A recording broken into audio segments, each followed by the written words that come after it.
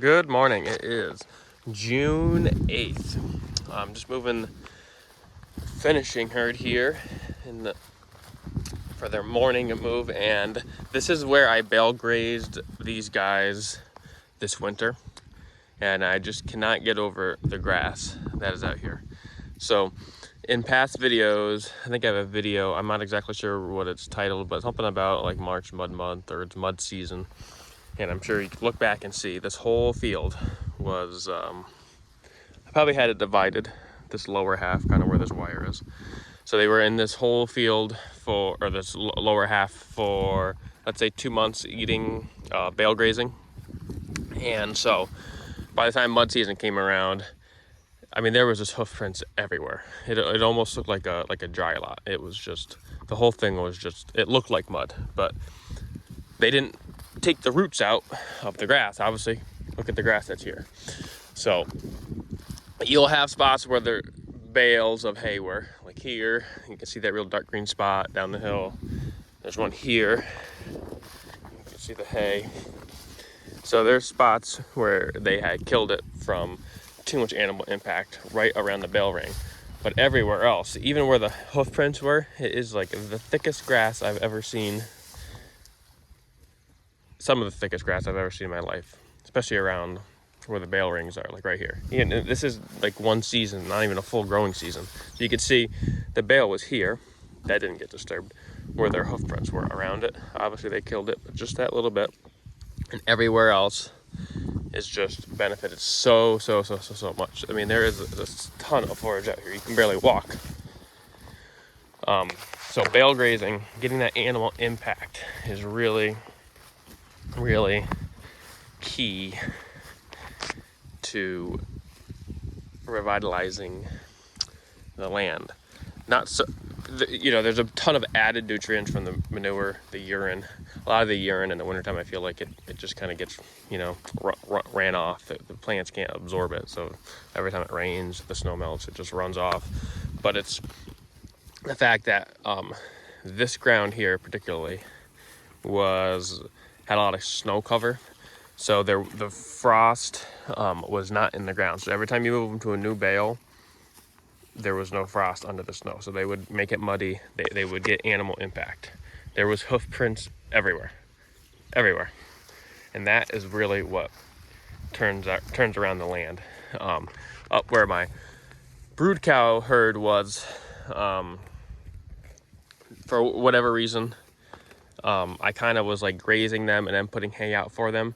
So they stomped down the snow, and then that caused there to be no insulation, and then the ground froze, and then I fed hay on the frozen ground. So they didn't get any animal impact. They just got added nutrients, and that does not look anywhere near as good as this field where there was animal impact. So like this is a spot where you could see the hay was too thick. There's not a whole lot growing. Same thing.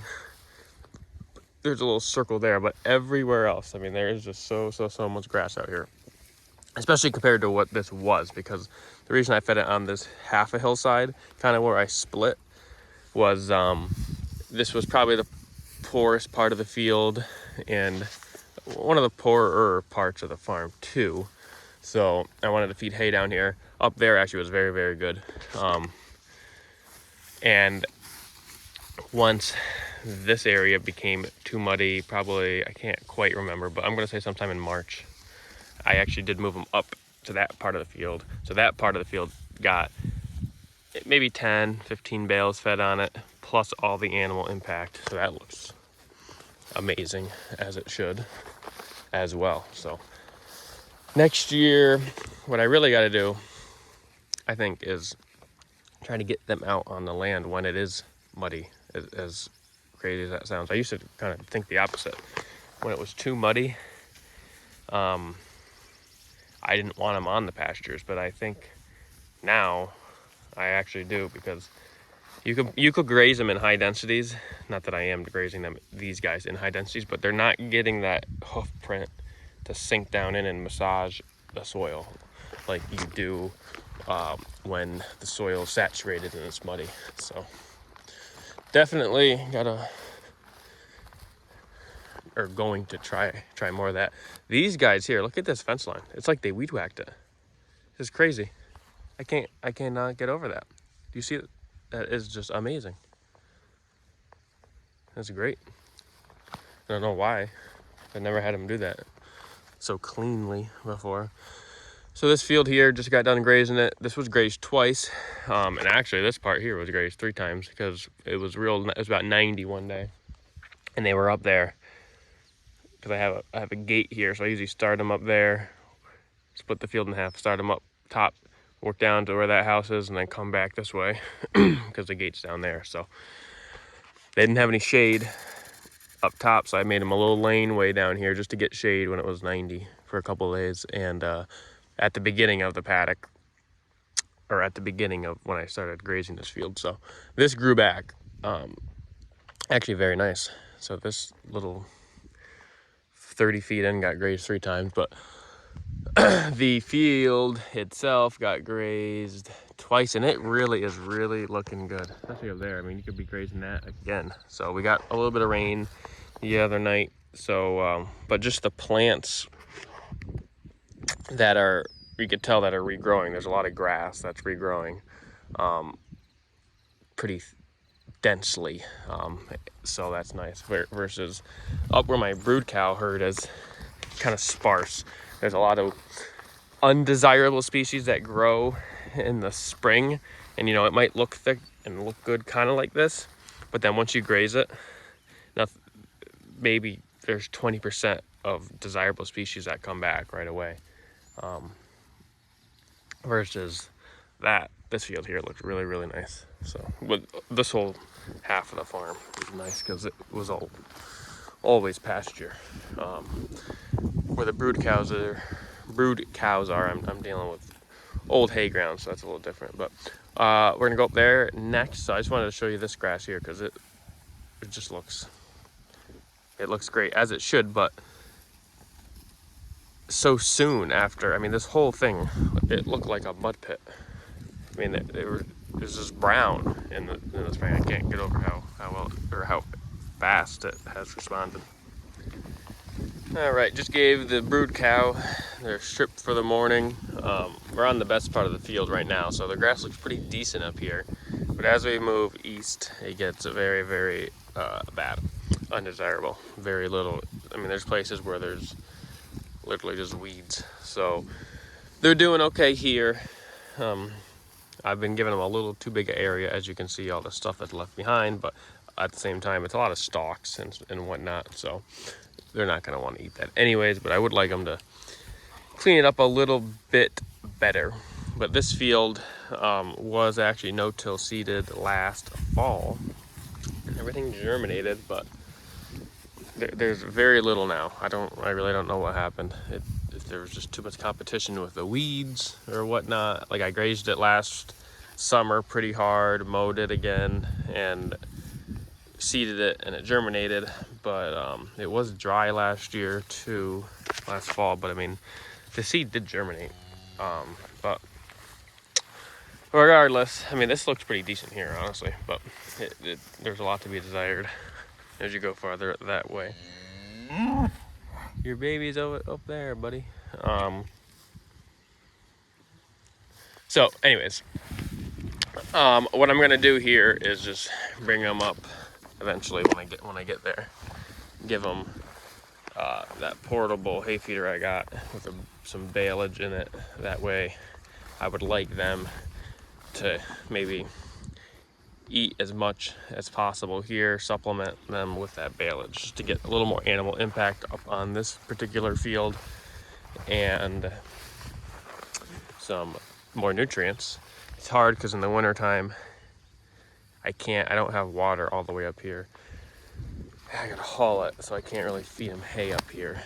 They'd have to walk quite a ways, which isn't the end of the world for water, but it just hasn't worked out yet. So I'm gonna try that, feeding them, supplementing them, just again to get the animal impact up here, because it does need it. So it needs this manure and whatnot, urine, especially during the growing season. is really what seems to help. Flies aren't so bad today. They were bad the other day.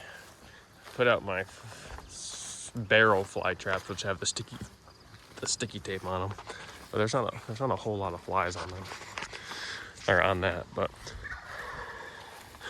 here are the turkeys. Yeah, I put that out last night, and there's barely any on it.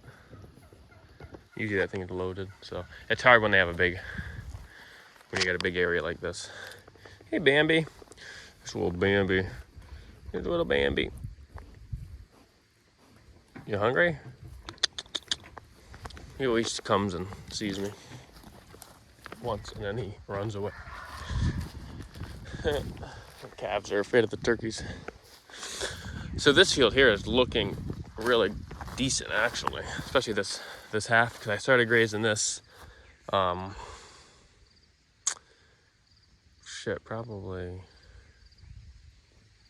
what's today, the 8th? Well, let's say a month ago, maybe a little longer, but we'll say a month right here. So this is at a month of regrowth, which you would think maybe it would be a little better for a month, but it really doesn't look half bad, especially considering how, you know, it was previous. A ton of clover, there are some grass species, so this is looking nice. I'm optimistic about that. This field, I don't know, it'll get better. At least there's something growing, you know. The weeds are gonna pump energy into the soil, so that's good. That's what their job is. The only issue is they just create so much competition for the desirable species. But so I'm trying to graze it hard. Like up here by the water, you can see they graze it down to nothing. But it was kind of sparse here anyways, so of course they're gonna graze it down. You know, there really wasn't much stem up here, but I would like them to graze it kind of like this. That way you get the sunlight down and germinate any of the desirable species that are there. You know, like you can see, there's just not that much up here, so that's why they're taking it down. You're on the other side of the fence there, bud. You'll figure it out. So, all right. I think with that, we're gonna get on with the day. So, thanks for watching.